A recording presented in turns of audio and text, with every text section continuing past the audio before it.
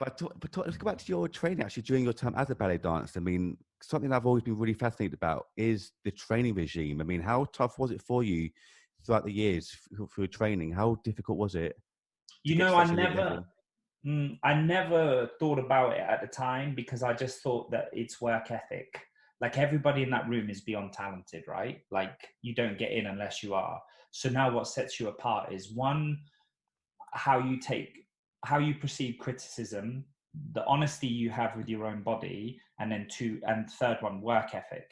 But looking back at it now, I don't think I could survive that training again because it's got to be some of the harshest in the world in what Really? you're asking your body and your mind to do. It's 6 days a week at school, Hmm. um, of usually 9 to 6. Wow. And the majority of that is physical training through all the disciplines. And then you're pushing yourself into A levels in the evening time. So it's relentless. And to get it right requires repetition. And until you build the strength, the repetition is probably taking its toll on your body. I was going to ask you about that as well, actually, about the timings that you had to do, like 9 till 6. I mean, that is a really long day. I mean, how much of a toll did it take on you, both physically and mentally? It must have been ridiculous.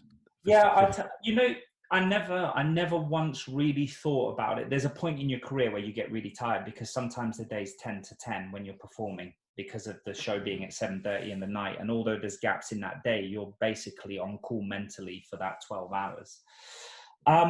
The toll that it takes is physically, I doubt you're going to come out of that career without having some serious injury or I was going to ask operation. It's about just that. a Yeah. numbers game. Yeah. And so for me, they about midway through my career, I had a really bad knee injury that I had to have operated on.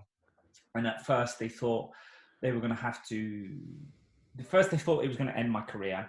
Then I saw a specialist and another specialist, and it was appearing like the cartilage is missing in my knee. And they couldn't tell whether it was wear and tear and the fragments are lying there, or whether it was because it was a birth deficiency and I just was born without the part.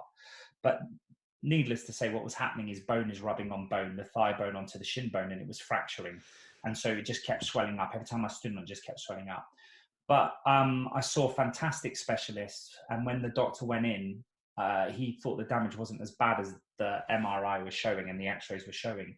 So between him going in and cleaning it out and then seeing an orthopedic specialist who gave me exercises in basically strengthening the muscles and pulling the bones apart to get rest, I was able to, with fantastic strength and conditioning, go through the rest of the career and not have it flare up again. I guess a lot of that is just your natural biology and luck and circumstance time. There's a lot, but I don't know anyone that's finished their career without having some major operation or injury. Yeah.